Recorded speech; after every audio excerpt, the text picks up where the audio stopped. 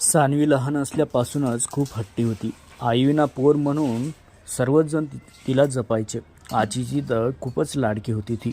बाबाचे दुसरं लग्न लावण्याचा प्रयत्न सुरू होता, पण ही 7 वर्षाची चिमुरडी काही ना काही करून मोडून काढत होती. दोन्ही आजीबाई समजावून दमल्या होत्या तिला. अगं, सगळ्यांना सावत्र राही काही खडूच नसतात, आणि आम्ही आहोत ना, तुला काही त्रास झाला तर आम्ही तिला ओरडू.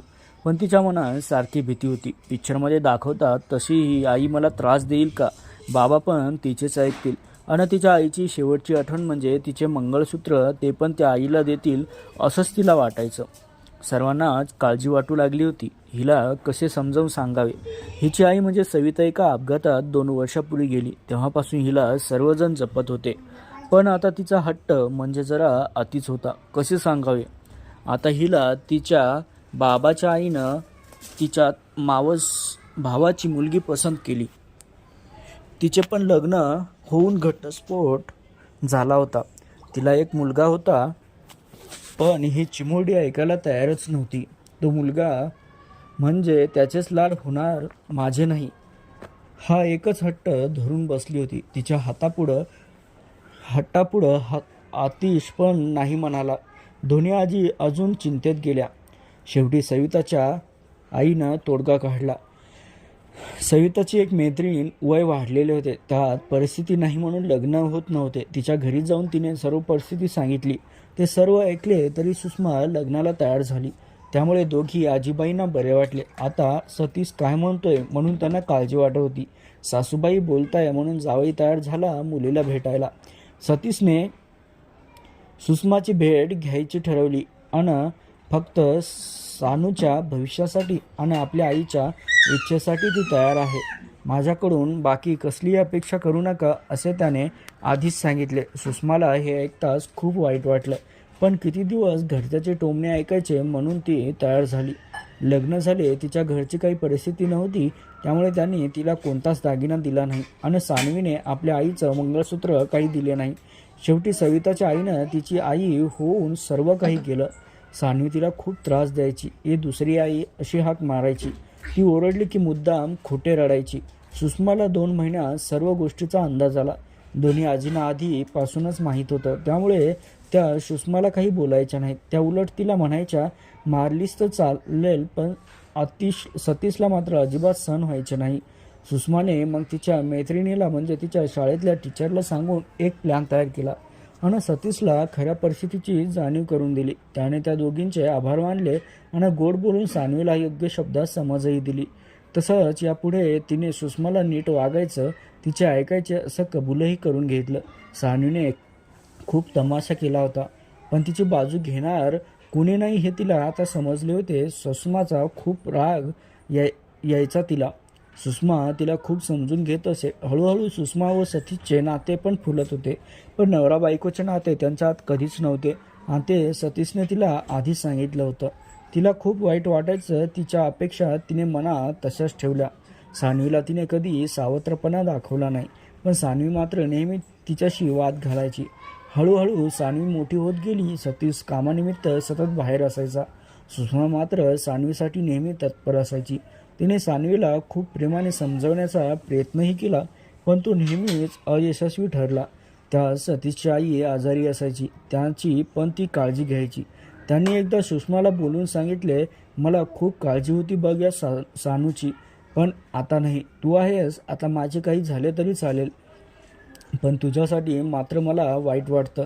या पोरीसाठी तू एवढे करतेस, त्याची तिला किंमत नाही. सुषमा हसत म्हणाली, तिला नक्की कळेल एक दिवस, मला पूर्ण विश्वास आहे. सानवी सर्व ऐकत होती. तिने चुकीचा अर्थ काढला. नेहमीप्रमाणे खूप भांडली. सतीश घरी आल्यावर त्याला उलटसुलट सांगितले, पण त्याने सुद्धा सानूला सुनावले. रागाने ती जेवली नाही म्हणून सुषमा सुद्धा जेवली नाही. तिची समजूत काढायला गेल्यावर तिने सांगितलं, मला तुझ्या आईची जागा नको, तिची आठवण म्हणून असलेला हा दागिना म्हणजे मंगळसूत्र पण नको. मला फक्त तू आई म्हणून स्वीकार. ज्या दिवशी तू हे करशील त्या दिवशी मला मातृत्वाचा दागिना मिळेल, तोच माझा खरा दागिना. पण ऐकेल ती सानू कसली आहे तसेच चालू राहिले. काही दिवसांनी आजीची तब्येत बिघडली. तसे सतीशला बोलवणे आले आणि त्याचा शब्द मागे घ्यायला सांगितले. सुषमा खूप चांगली आहे, ती कधी भेदभाव करणार नाही. तू तिचा बायको म्हणून स्वीकार कर. तिच्याशी काही अपेक्षा असतील तर त्या पूर्ण कर, असे सांगून आजीने निरोप घेतला. सतीशला आईचे शब्द कानात घुमत होते. महिना झाला तरी तो त्याच गोष्टीचा विचार करत होता. गॅलरी शांत बसून होता तेवढ्या सुषमा जेवायला येतंय ना म्हणून बोलवायला आली. त्याचा बाण सुटला. तिच्या मांडीत डोकं ठेवून तो खूप खूप रडला. आज 5 वर्षात पहिल्यांदा त्याने तिला स्पर्श केला होता. सुषमा गोंधळून गेली. तेवढ्या सानू आली. त्यामुळे तो विषय तेथेच राहिला. काही दिवसांनी परत सर्व नॉर्मल झाले. दोघेही आता शरीराने मनाने जवळ आले होते. सान्वीला समज आल्यापासून तीही जरा बरी वागत होती. आता तिची 12वीची परीक्षा, त्यामुळे सुषमा तिचे टाइम टेबल सर्व व्यवस्थित सांभाळायची. एकूण काय सर्व छान चालले होते आणि अशात दृष्टी लागली. सतीशचा अपघात झाला आणि तो गेला. आता सुषमा आणि सान्वी दोघी होत्या एकमेकीसाठी. जे काही सेव्हिंग्स होते त्यावर चालू होते. सुषमा काही ग्रॅज्युएट नव्हती, त्यामुळे तिला नोकरी मिळायला त्रास झाला. छोटी छोटी नोकरी करत ती घर खर्च चालवत होती. सतीशचे सर्व सेव्हिंग्स तिने सानूसाठी ठेवले. सानूचे प्रेम होते, त्यामुळे तिने सुयशसोबत प्रेमविवाह करायचं ठरवलं. सुषमाने कसलीही आडकाठी केली नाही. सर्व चांगले आहे, सानू खुशीत राहील असा तिचा विश्वास वाटला. पण त्याची आई जरा खडूस होती. त्या सतीश गेल्यामुळे त्यांची परिस्थिती जमतेमच. कोणताही बडेजाव न करता थोडक्यात लग्न करावे लागेल. त्या सानवी येताना हवे तसे दागिने घेऊन आली नाही म्हणून सासरी सर्व हिनवत होते. तिच्या सासूच्या मैत्रिणीने तिच्या सावत्र आईला नाव ठेवले. सावत्र आई आहे ना म्हणून असे मुद्दाम पाठवले असेल. सगळे स्वतः घेतले आणि लेकीला लंकेची पार्वती आहे म्हणून हे मंगळसूत्र घालून पाठवले. अन कुत्सुकपणे हसू लागल्या. आता मात्र तिचा स्वतःवरचा ताबाच सुटला. माझ्या आईची शेवटची आठवण म्हणजे हे मंगळसूत्र आहे, जे माझी आई होती की मीच घालावे. तिचा आशीर्वादच आहे यामध्ये. अन माझ्या सुषमा आईला नाव ठेवायचा तुम्हाला काही अधिकार नाही. आज ती आहे म्हणून मी आहे.